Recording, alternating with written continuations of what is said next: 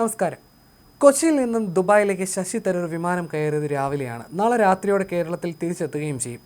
Kozhikode Kerala literature ഫെസ്റ്റിവലിൽ പങ്കെടുക്കുമ്പോഴാണ് മുഖ്യമന്ത്രി പിണറായി വിജയന്റെ വിശ്വസ്തൻ ബന്ധപ്പെട്ടത്. ഇതോടെ പരിപാടികളിൽ മാറ്റം വരുത്തി ദുബായിലേക്ക് പറക്കുകയായിരുന്നു തരൂർ. ദുബായിൽ നിന്നും നാളെ തിരിച്ചെത്തുമ്പോൾ മാത്രമേ ദുബായ് ഓപ്പറേഷൻ എന്ത് സംഭവിച്ചു എന്ന് വ്യക്തമാകൂ. അടുത്ത അനുയായികളോട് മാത്രമാണ് തരൂർ ആശയവിനിമയം നടത്തിയിരിക്കുന്നത്. ദുബായിലെ ചർച്ചകൾക്ക് ശേഷം കേരളത്തിലെത്തുമെന്ന തരൂർ മനസ്സ് തുറക്കും. അപ്പോൾ മാത്രമേ CPM ഓഫറിൽ തീരുമാനം വരൂ. കോൺഗ്രസിനെ പിളർത്തി ദുർബലമാക്കുക എന്നതാണ് തരൂരിനെ അടർത്തിയെടുക്കുന്നതിലൂടെ CPM ലക്ഷ്യമിടുന്നത്. കോഴിക്കോട് ലിറ്ററേച്ചർ ഫെസ്റ്റിവലിൽ സജീവമായിരുന്ന ശശി തരൂർ MP അപ്രതീക്ഷിതമായി പരിപാടികൾ റദ്ദാക്കി ദുബായിലേക്ക് വിമാനം കയറിയതിന് പിന്നിൽ രാഷ്ട്രീയ ഭൂകമ്പമാണെന്നാണ് സൂചന. മുഖ്യമന്ത്രിയുടെ വിശ്വസ്തൻ ഫോണിൽ ബന്ധപ്പെട്ടതിന് പിന്നാലെയായിരുന്നു തരൂരിന്റെ ഈ മിന്നൽ യാത്ര. കേരള ലിറ്ററേച്ചർ ഫെസ്റ്റിവലിൽ പങ്കെടുക്കുന്നതിനിടയിൽ തന്നെയാണ് തരൂരിന് ആ നിർണായക സന്ദേശം ലഭിക്കുന്നത്.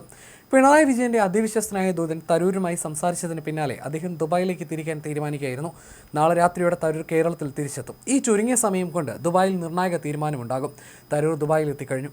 തരൂരിനെ ഇടതുപക്ഷത്തോടൊപ്പം ചേർത്ത് കോൺഗ്രസിനെ തകർക്കുക എന്ന വജ്രായുധമാണ് CPM പുറത്തെടുക്കുന്നത്. 15 സീറ്റുകൾ എന്ന മെഗാ ഓഫർ തരൂർ സ്വീകരിക്കുമോ എന്നതാണ് അറിയേണ്ടത്.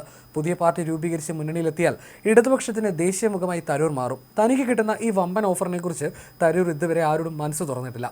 തൻ്റെ ഏറ്റവും വിശ്വസ്തരായ ചില അനുയായികളോട് മാത്രമാണ് അദ്ദേഹം ആശയവിനിമയം നടത്തിയിട്ടുള്ളത്.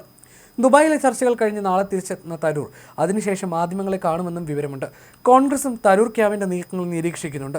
മുഖ്യമന്ത്രിയുമായി അടുപ്പമുള്ള വ്യവസായിയാണ് ചർച്ചയ്ക്ക് മുൻകൈ എടുക്കുന്നത് എന്ന വിവരമാണ് പുറത്തുവരുന്നത്. നിർണായകമായ വിവരമാണ് വിശ്വസനീയമായ രാഷ്ട്രീയ കേന്ദ്രങ്ങളിൽ നിന്നും ലഭിച്ചിരിക്കുന്നത്. കൊച്ചി മഹാപഞ്ചായത്തിലെ അവഗണനയിൽ തരൂർ അതൃപ്തിയിലാണ്. ഇന്ന് വൈകിട്ടോടുകൂടി മുഖ്യമന്ത്രിയുമായി ഏറ്റവും അടുപ്പമുള്ള ഒരു വ്യവസായിയും തരൂരുമായി കൂടിക്കാഴ്ച നടത്തും. 27-ന് കോൺഗ്രസിന്റെ തെരഞ്ഞെടുപ്പ് സമിതി യോഗം തിരുവനന്തപുരത്ത് ചേരുന്നുണ്ട്. ആ യോഗത്തിൽ തരൂർ പങ്കെടുക്കുന്നില്ലെന്നാണ് റിപ്പോർട്ട്. തരൂരിനെ അനുനയിപ്പിക്കാനുള്ള ശ്രമം കോൺഗ്രസ് ആരംഭിച്ച സാഹചര്യത്തിലാണ് CPMൽ നിന്നുള്ള ഇത്തരത്തിലുള്ള നീക്കം നടക്കുന്നുവെന്നതിന്റെ സൂചന പുറത്തുവരുന്നത്. അതിനിടെ പ്രിയങ്ക ഗാന്ധി നേരിട്ട് അനുനയത്തിനെത്തുമെന്നും സൂചനയുണ്ട്. CPMന്റെ ഈ മെഗാ ഓഫർ തരൂർ സ്വീകരിക്കുകയാണെങ്കിൽ കേരള രാഷ്ട്രീയത്തിൽ വലിയ മാറ്റങ്ങൾ ഉണ്ടാകുമെന്നും നിസ്സംശയം പറയാം. ഇടതുപക്ഷത്തിനൊപ്പം ചേരാൻ തീരുമാനിച്ചാൽ തരൂർ ഉടൻ തന്നെ ലോക്സഭ MP സ്ഥാനം രാജിവെക്കേണ്ടി വരും. ഇതോടെ തിരുവനന്തപുരം ലോക്സഭാ മണ്ഡലത്തിൽ ഉപതെരഞ്ഞെടുപ്പിന് കളമൊരുങ്ങുകയും ചെയ്യും. നായർ ക്രിസ്ത്യൻ വോട്ടുകളിലും യുവാക്കൾക്കിടയിലും തരൂരിനുള്ള സ്വീകാര്യത വോട്ടാക്കി മാറ്റാനാണ് പിണറായിയുടെ നീക്കം. തരൂർ കോൺഗ്രസ് വിടുന്നത് പാർട്ടിയുടെ ദേശീയ തലത്തിലുള്ള പ്രതിച്ഛായ പോലും ബാധിക്കും. രാഹുൽ ഗാന്ധിയുടെ സന്ദർശന വേളയിലുണ്ടായ അവഗണനയിൽ നീറിപ്പോകുന്ന തരൂരിനെ കൃത്യസമയത്ത് റാഞ്ചുക എന്നതാണ് CPMന്റെ തന്ത്രം. തരൂർ ഇതുവരെ മനസ്സ് തുറന്നിട്ടില്ലെങ്കിലും ദുബായിലെ രഹസ്യ ചർച്ചകൾക്ക് ശേഷം കേരളം കാത്തിരിക്കുന്നത് വമ്പൻ വെളിപ്പെടുത്തലുകൾക്കായിരിക്കുമെന്നും സൂചനകളുണ്ട്. കഴിഞ്ഞ ദിവസം CPM ഉന്നത നേതാവാണ് തരൂരിനെ ബന്ധപ്പെട്ടത്. കേരളത്തിലുടനീളം 15 സീറ്റ് നൽകാമെന്നതാണ് തരൂരിന് മുന്നിലുള്ള വാഗ്ദാനം. പുതിയ പാർട്ടി ഉണ്ടാക്കി ഇടതുമുന്നണിയിലേക്ക് വരാനാണ് നിർദ്ദേശം.